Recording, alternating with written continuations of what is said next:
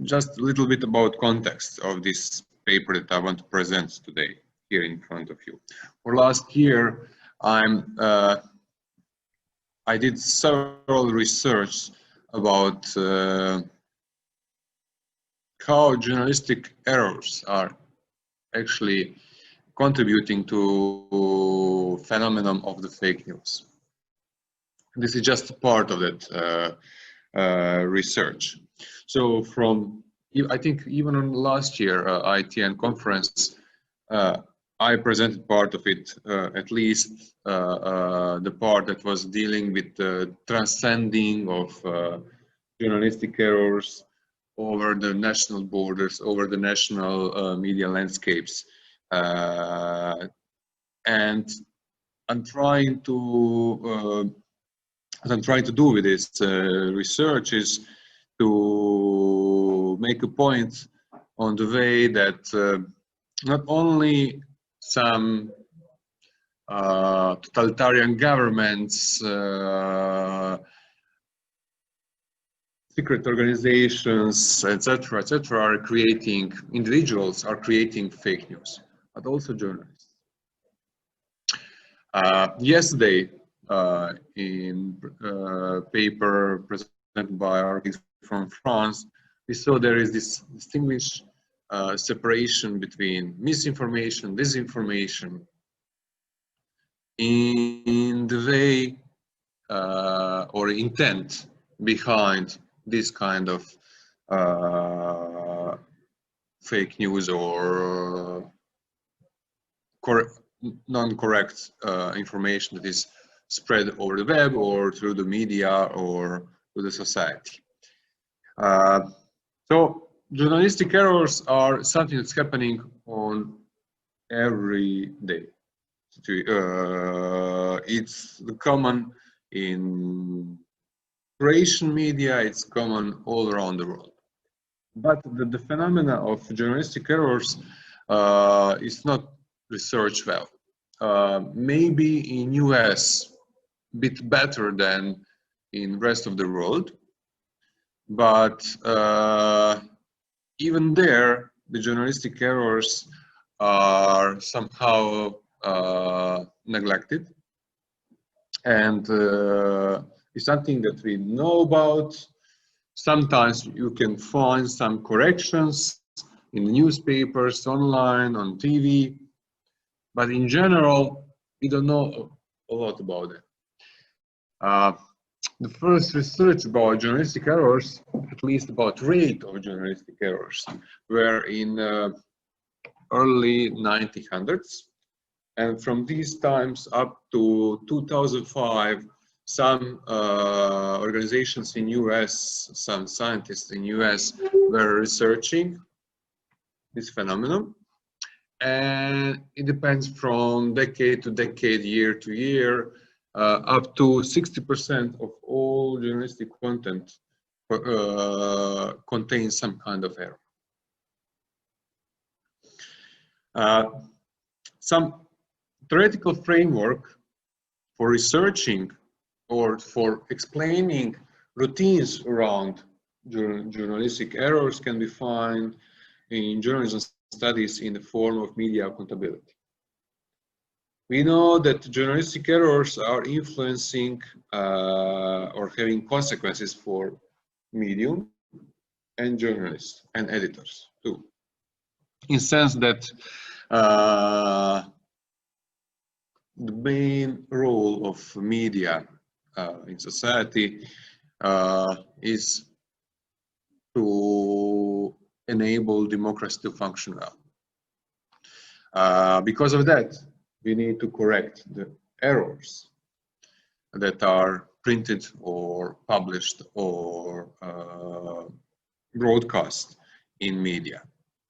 And we use different kinds of tools for this kind of corrections, from correction boxes, dedicated pages in newspapers, for example, where we post all the corrections for previous editions, to news ombudsmans,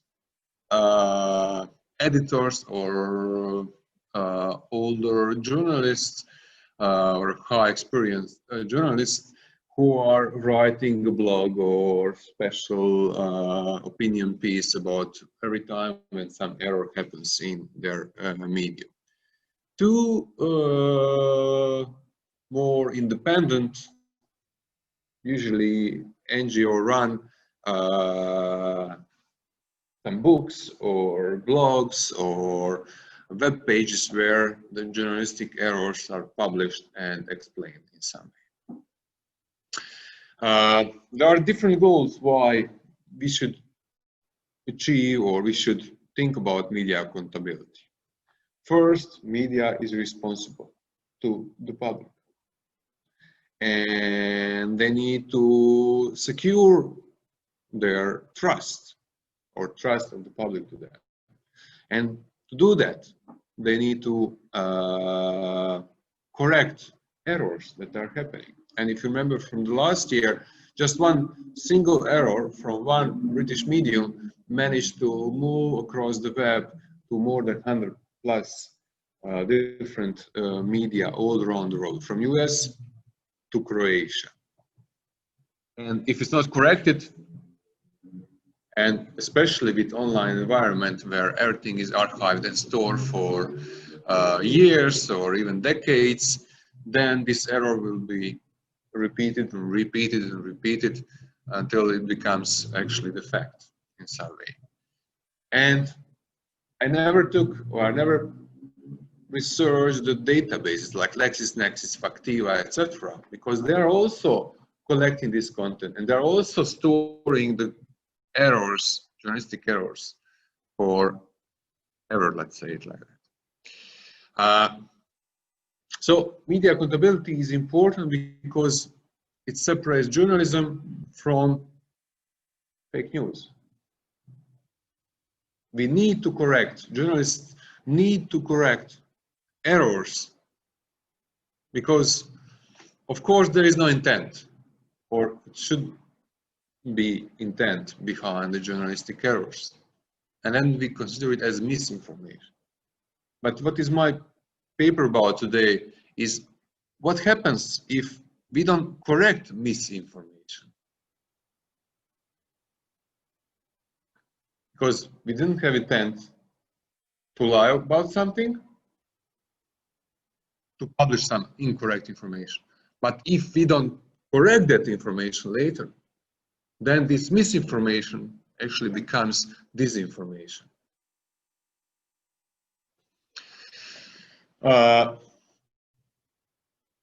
Because of that, we should use all these tools of media accountability. And actually, these corrections are the best solution. But you will see what actually Croatian media are doing about it. So corrections are there to reduce the risk or to correct misinformation on the way that we deliver truthful information and we keep our public trust in media and journalists too. So the corrections should identify the error, should correct the error,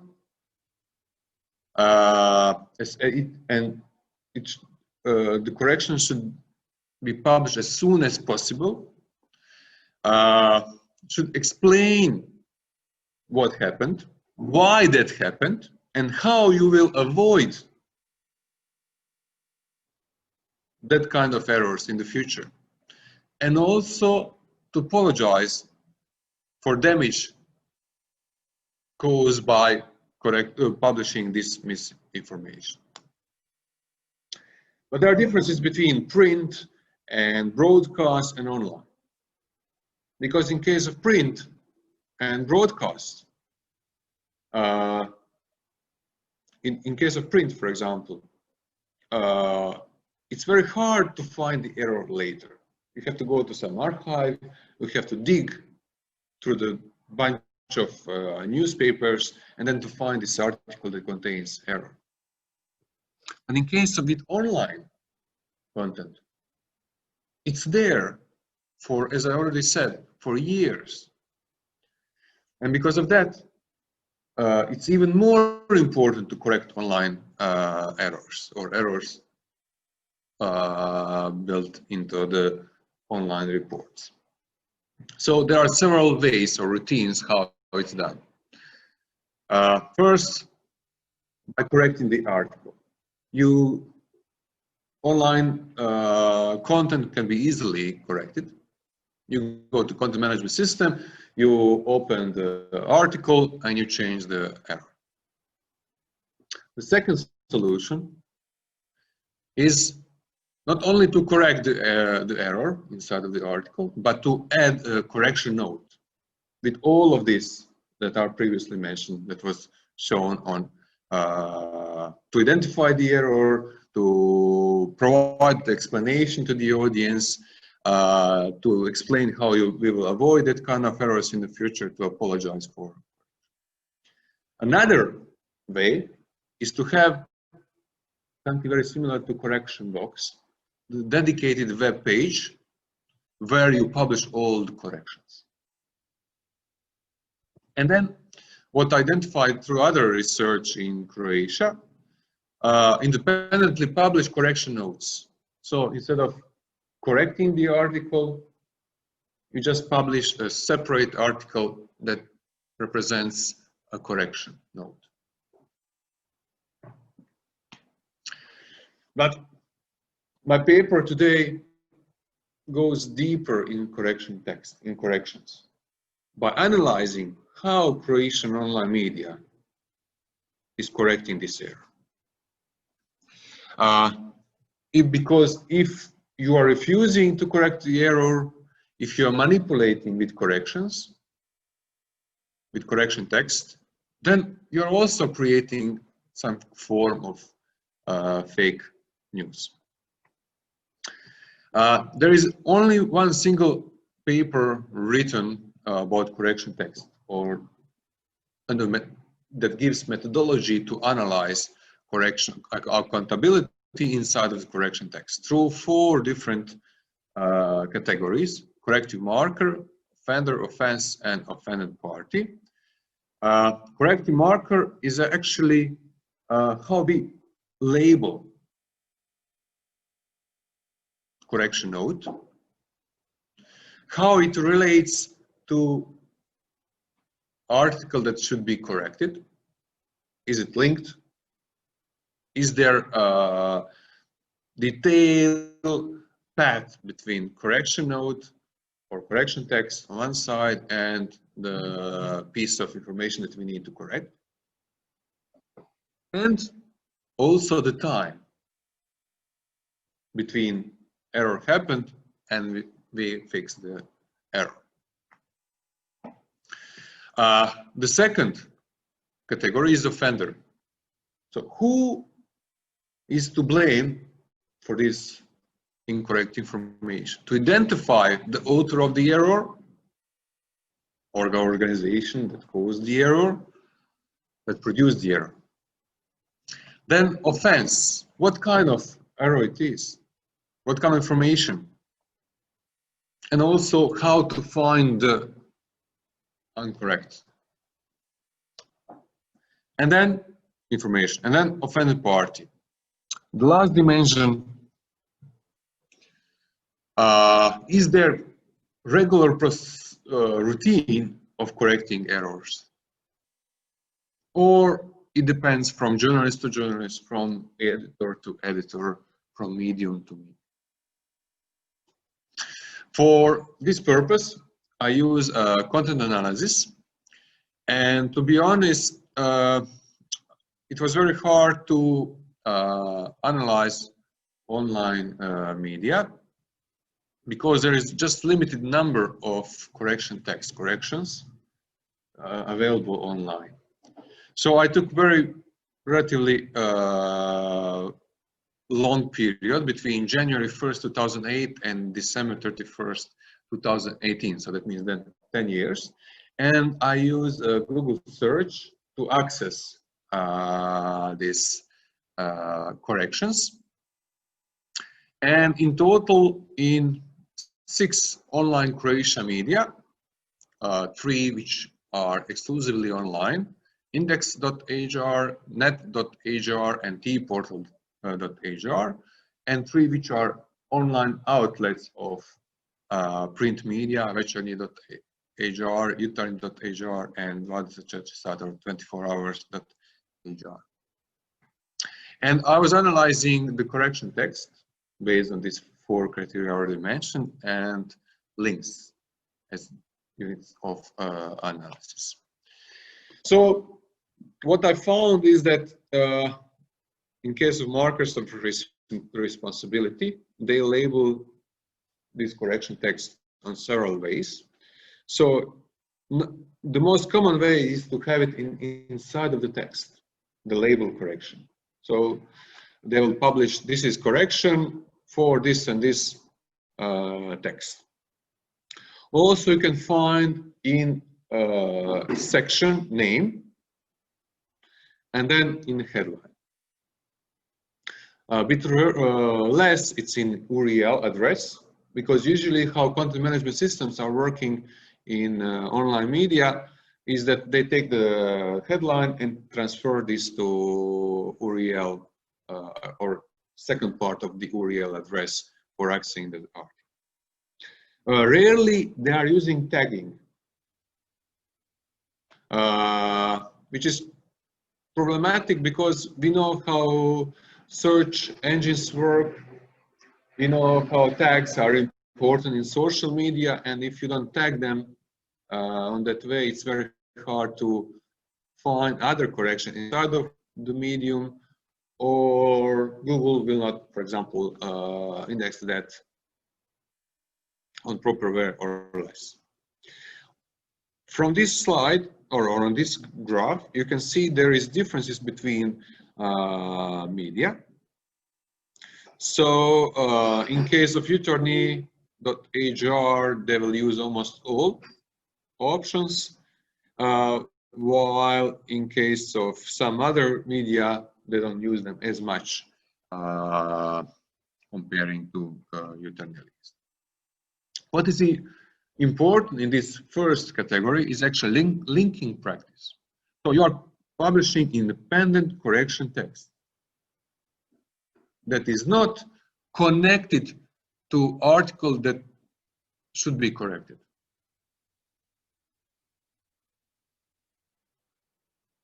Okay, in newspapers, you are referring to article published 5 days ago on the page 5. But only way in online environment to connect the correction note, correction text with article published 5 days ago is to link that. And 43% of 320 analyzed corrections didn't have connection between correction notes and articles that contained errors. Almost half of all analyzed correction notes.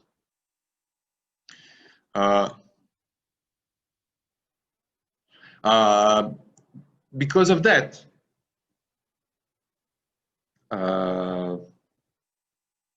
people requesting corrections now in their memos that are sending to media are requesting to provide a link between correction note and corrected text. This is an example that I will show you.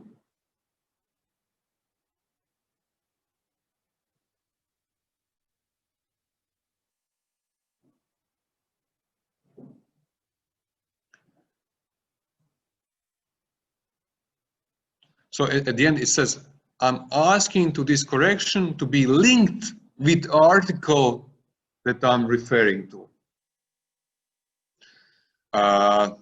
This case is also interesting because the way how, for example, index.hr is publishing corrections. And this correction was published after the court sentence.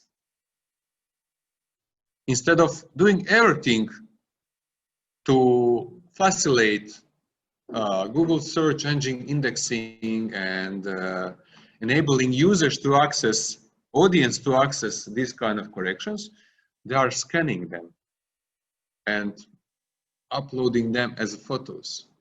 So Google can't index, can't add them to search. So what is this? Is it misinformation or disinformation? Here you see intent of the media or medium and journalists and editors there to manipulate. So this is actually becoming not journalistic error, but actually it transfers to fake news. You are intentionally manipulate with information.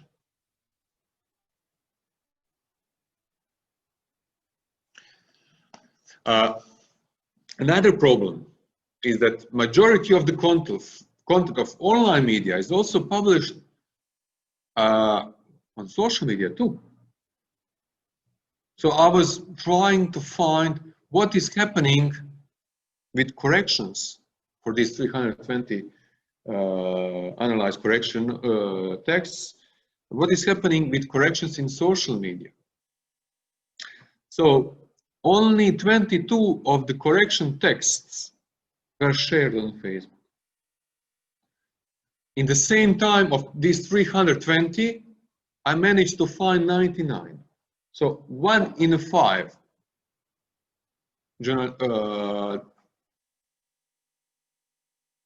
correction texts is also shared on social media.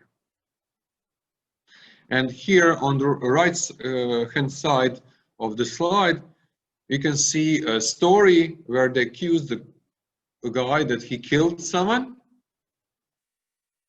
and obviously he didn't. And then they deleted the article from online edition, but they left it on their Facebook page.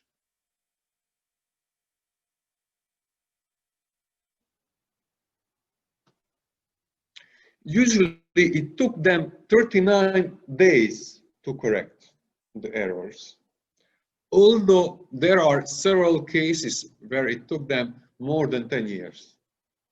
So the correction texts were published after 10 years, probably after court decisions. So in average it took them 19 days. And if we compare that with only paper that was analyzing newspapers in Israel on the same way, we can say it's faster in online environment than it's in print. Although it's not the best comparison that you can do. In more than 250 analyzed correction texts, the offender was not named. So it was never labeled who was responsible for error. Journalist, editor, whatever.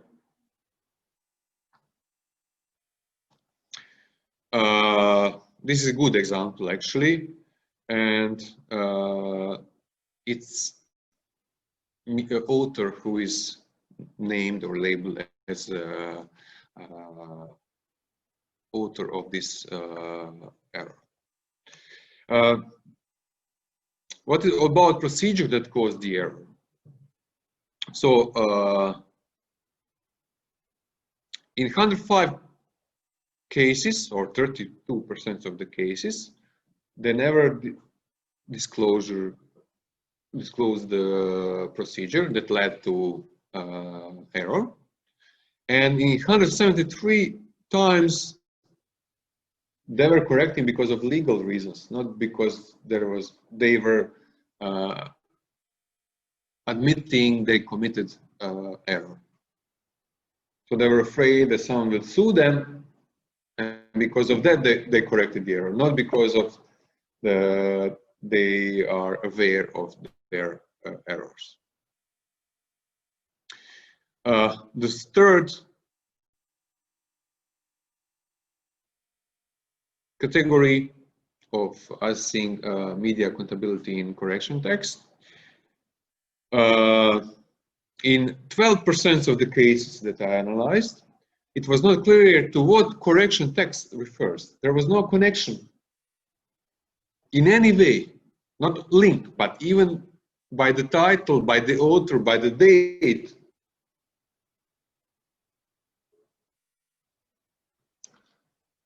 But still, 50.9% or 163 stories had a real connection between correction text and article that should be correct.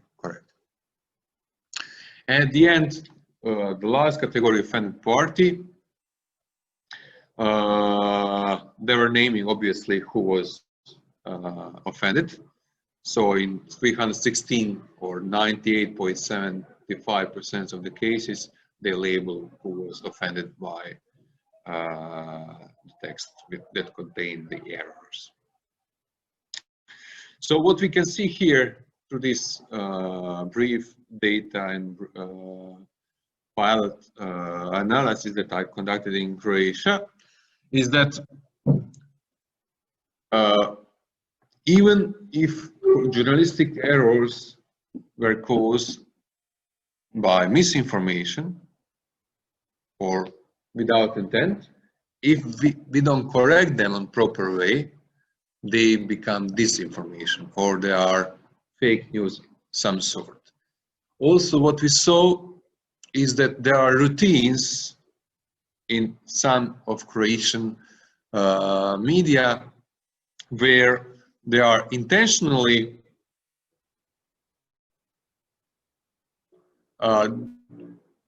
escaping or trying to not to, better say, correct the errors there or bias they had inside of their reports, stories, etc. Also, Croatian online media are providing limited information about errors and not all the time correct information in correction text. There is several very scary examples. I didn't present today. I will put them in paper because when you see what are the routines or procedures for correcting errors in some Croatian media, it makes you think, you know, what is actually our media reality in general, because what they are trying to do by not correcting or avoiding to correct their errors. Okay. Thank you very much. If there are questions. Did you try to think about the role of artificial intelligence in correction? To how to fix them or how to find it and maybe. Probably it would be the good way. Actually, I use the Google. Okay. Sorry, my question was the role of is it okay? Yeah. Okay, my role. I don't want to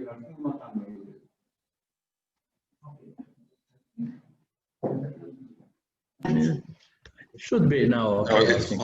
Okay, my question was actually about the role of artificial intelligence in this field, because of course it's not so easy, because this type of artificial intelligence should be much more intelligent to understand the problem. I mean, because it's not linear problem, just the fact it was a wrong year or a wrong name of person, so it's much more complex than it used to be. But however, I believe that artificial intelligence should be developed also in this direction, you know, to help to find the problem. I think at least at this level that we are right now, artificial intelligence can help this spelling, wrong year kind of name, name, yeah. And usually these errors are caused by, speed. You don't have enough time to do it. What is more dangerous, and that's something that several American authors were pointing to, is this more complex errors, where you intentionally manipulate with information, or in my case, you don't correct, or even if you correct, you are doing that on the way that you satisfy legal rules, but to bypass, to acknowledge that you caused the error, that you apologize for the error, that you provide or try to avoid that kind of errors in the future. And in that area, it's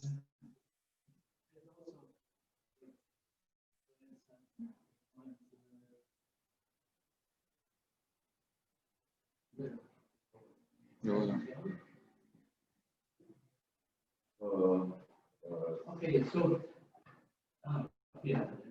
okay, it's also a question of style of correction. Usually they make mistake and somebody reacts, and then after whatever 10, 15 days, 25 days, they print, this X, Y claims this is not truth. That's enough. He claims. So it means that actually we in the papers or in the online source, we have been right, but the guy, claims is not right, And of course, if you compare these two styles, it's completely different. So a lot of publishers say, you see the guy now, he's trying to change it. There was one case, so some local online medium in Split area published a story about some new hotel that was built by some, I don't know, I forgot the names, it doesn't matter. And then the story was corrected. It was some question of licenses, etc., etc. And then 3 years after, T-Portal took over the story without accessing this correction note. And not only T-Portal, but several other national online media in Croatia. So these people sue them. Why? At the end of the story, they were explaining themselves, but we found the story on Dalmatia News or whatever, what was the name. But the correction note there was not connected to the article that contained the error. So somehow they managed to pay the price of sloppiness, or I don't know how to name that routine of behavior. If you remember from the last year when I was tracking that whiskey story, fake whiskey story, so the first day it was mistake, misinformation. But then next 12 days after, the news was spreading around, original sources corrected the story, but no one bothered. So it was not the speed that caused the error, or online environment that caused the error. It was bad routine or procedures that exist in newsrooms all around Europe and the world. Okay. I recommend that you can. You want the break or you want to continue?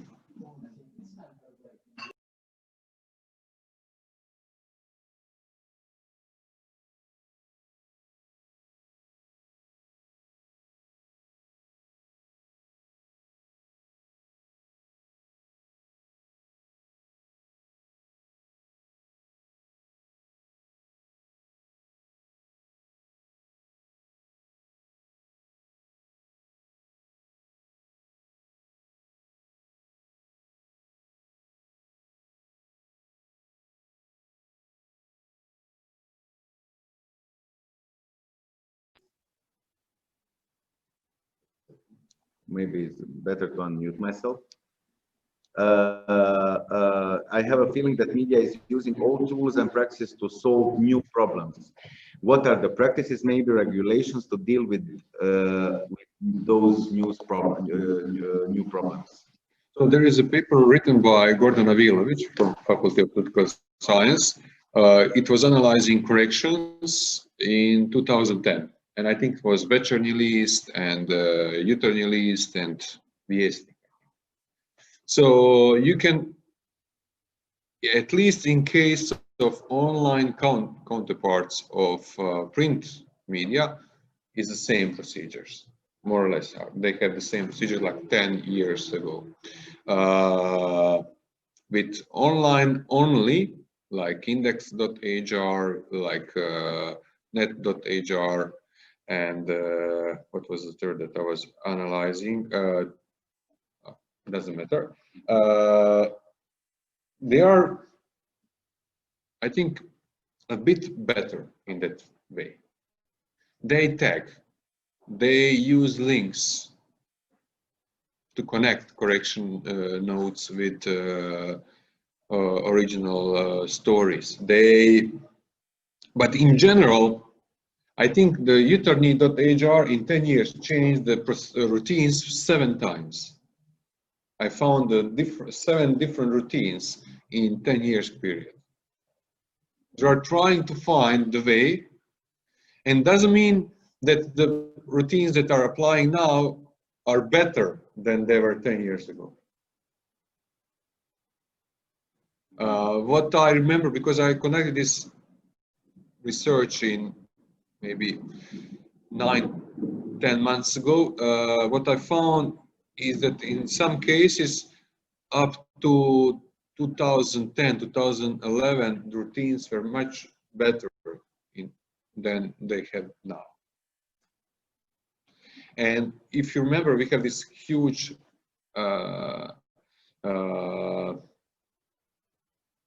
problem of number of legal court cases in Croatia regarding the kleveta.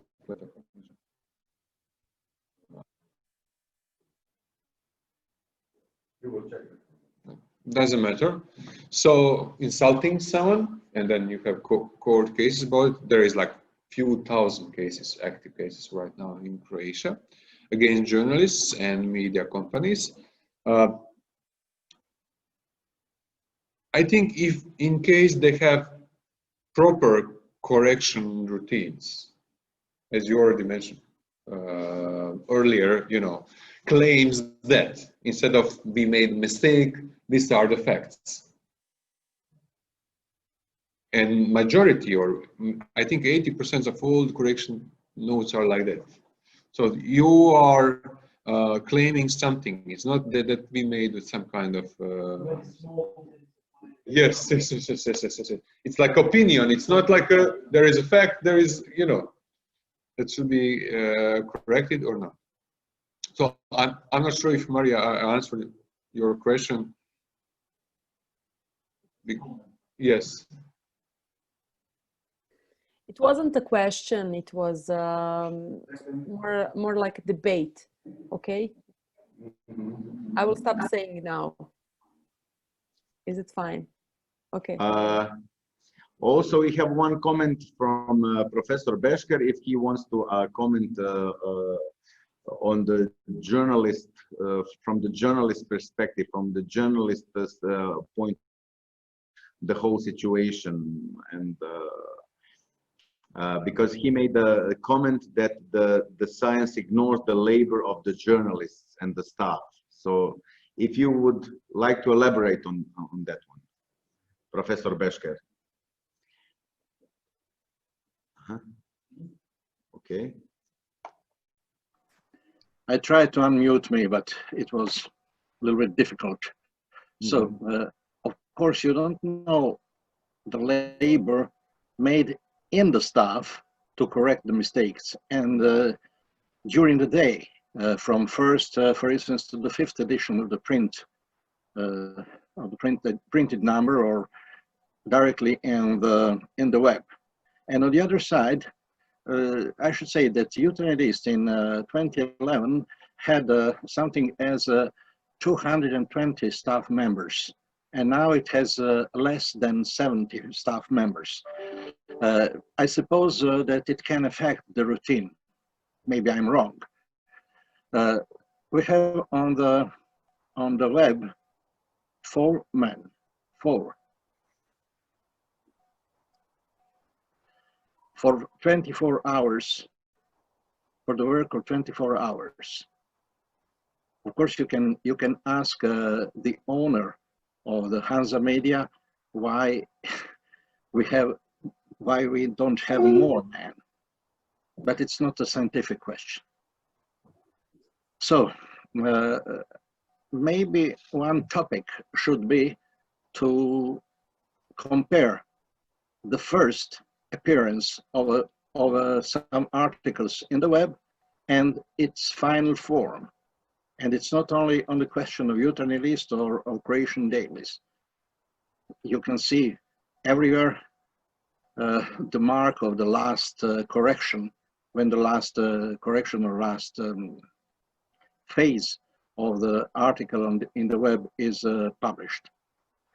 So the web publishing, even in newspapers, in news editions, is a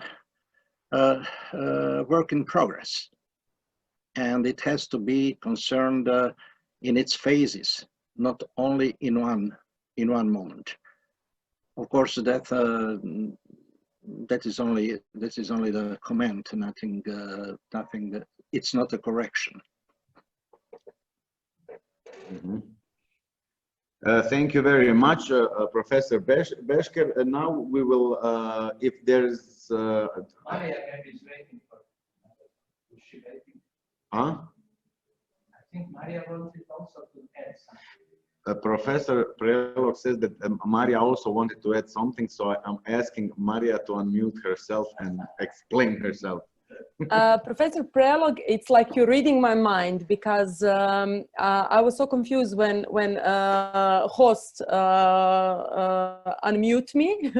So yesterday we talked about robots in journalism, and that kind of strategy will, let's say, jeopardize journalistic professions, the media, etc. And today we talk about the mistakes, not fake news, disinformation, and the factor of speed in journalistic publishing. So there is no room for, let's say, some kind, I will not say quality in journalism, because today practices with new media are totally changed, and with the role of social media in, let's say, the present publishing, etc. So like if we don't regulate the let's say the flow of media reporting, how it will be possible to deal with the problems that Mato and Lordan mentioned today. So it was just some kind of, let's say, debate question about maybe using robots in journalism, or using augmented reality to deal with the speed and, let's say, the so many channels in media reporting, if you understand me also. It was just like a conclusion from last year conference when we discussed the fake news and the problem of fake news in media reporting, and this year conference when we discussed even more about, let's say, the role of augmented reality, the role of computers, the role of social media and new problems in media reporting. So it was just like, it hit me so hard today to see the, let's say, old media problems in the new age. So I think that even it's not Croatian problem, as Mato mentioned. It will be interesting to see how the practice is in other countries, especially in this, let's say, new media environment where the speed is so important in media reporting that it really, it's not awareing us about the mistakes in such reporting. So. I will try to answer your question. Okay. So, first of all, speed is a problem for journalistic errors only in early phase of the story, as I demonstrated last year. Later on, it's just sloppy journalistic routine that is causing, or real manipulation.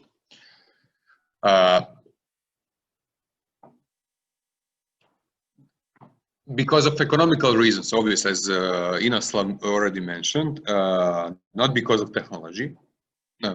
For from crisis 2008-2009 up to now, there were staff cuts, and in not only Croatian media, but all around the world. And in US, where they had ombudsmans and different positions, dedicated pages, correction boxes, etc., they reduced this because it costs money. But on the other side, it also reduced the credibility in the media, the trust in the media. As I already mentioned yesterday,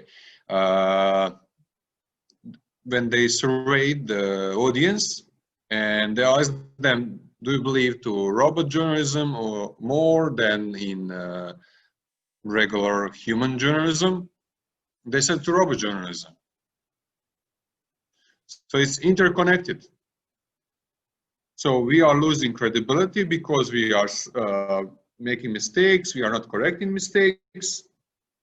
And then we are crying because they want to replace us with algorithms and robots because they believe more to the robots than to us. So what US media is trying to do, they're trying to crowdsource corrections. So they are adding, like, on every story you have a link where you can complain, send kind of feedback about the story, etc. But last year, when I did this study about the spread of this single fake news through the media in Europe and the world, we found that of 120 analyzed media around the world, only 15 of them had this kind of opportunity. They were using digital technologies to improve the quality. Other 100 plus didn't even bother to do it. They didn't even provide the email address where you can complain.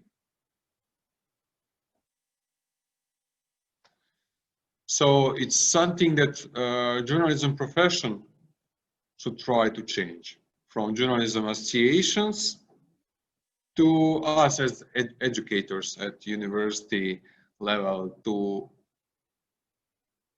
force our students to think about corrections. So obviously errors are happening in journalism. They are happening, you know, for centuries. They are common. They are 2/3 of all the stories published in US media contain some kind of error. So we have to acknowledge that and then try to provide the best possible routines, procedures, how to